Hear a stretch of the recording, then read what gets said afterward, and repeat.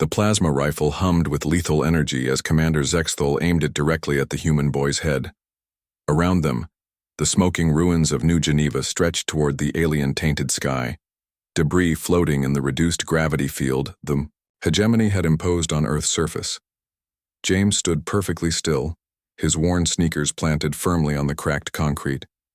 At 17, he barely reached the towering alien's chest plates, yet something in his posture suggested he was far from intimidated. Behind him, his younger sister Naz crouched among the rubble, her dark eyes wide but trusting as she watched her brother face down their would-be executioner. "I said kneel, human whelp," Zexthul's voice boomed through his translator, the mechanical tone doing nothing to diminish the raw hatred in his words. "Your pathetic species has already surrendered. Your governments bow before the hegemony. Why do you refuse what your leaders have already accepted?" James tilted his head slightly, and that's when it happened, that smile. Not the trembling grin of someone trying to appear brave, nor the manic expression of someone who had snapped under pressure. It was something else entirely. Something that made Zexthul's four eyes narrow with confusion. "You know," James said, conversationally as if they were discussing the weather, "your intel on humans is pretty outdated." The alien commander's grip tightened on his weapon. "Explain yourself before I vaporize you where you stand." "Well," James continued, that unsettling smile never wavering, "you seem to think that because our government surrendered, that means humanity surrendered. That's your first mistake." Naz shifted behind him, and James heard the subtle sound he'd been waiting for, the soft click of the device powering up. His sister had always been better with technology than him, even at 14. While he'd been distracting their captor with conversation, she'd been busy. "Your second mistake," James went on, "is assuming that surrender means the same thing to us as it does to you." Zexthul's translator crackled with what might have been laughter. "Meaningless words from a dying species. Your kind lacks the honor to fight when defeat is certain. That is why you will serve as slaves, while races with true courage are granted partnership in the hegemony. See, that's where you're wrong again." James's smile widened. "Humans don't fight because we think we can win. We fight because the alternative is unacceptable." The first sign something was wrong came when Zexthul's heads-up display began flickering. The second was when his communication system went silent. The third was when the gravity field around them suddenly normalized, causing several pieces of floating debris to crash down around them. "What?" the alien commander began, but James was already moving. The human boy didn't try to wrestle the plasma rifle away. That would have been suicide. Instead, he did something completely unexpected. He stepped closer to the alien, well within the creature's reach, and pressed something small and metallic against the joint where Zexthul's armor segments met. The electromagnetic pulse device that Naz had cobbled together from salvaged human technology discharged directly into the alien's powered exoskeleton.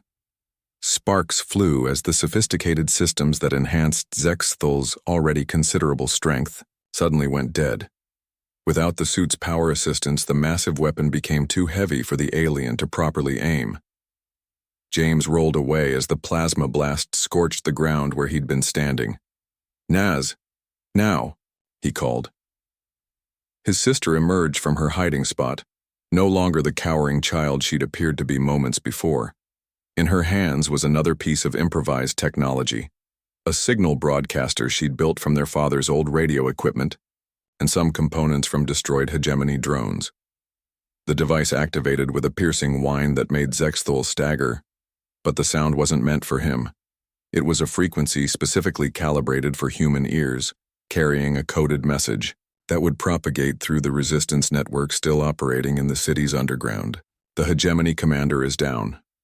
Sector 7, bring everything."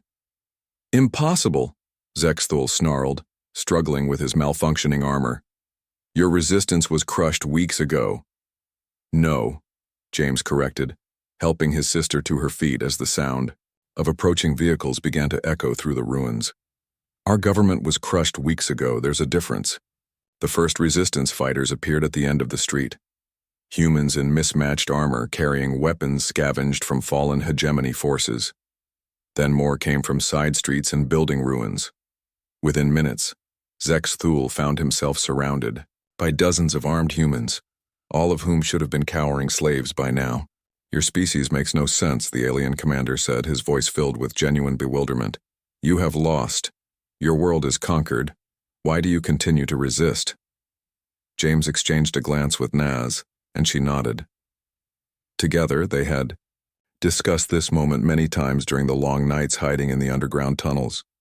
"Because," James said simply, "you don't understand what you conquered.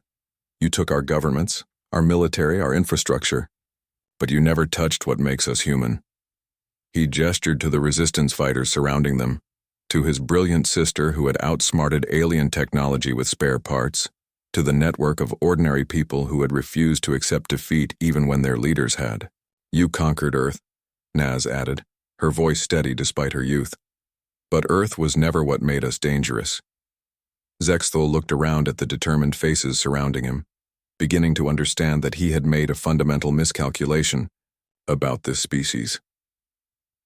"We are," James finished, and his smile had transformed into something that made the seasoned alien warrior take an involuntary step backward. The resistance had found their commander, and the real fight was about to begin.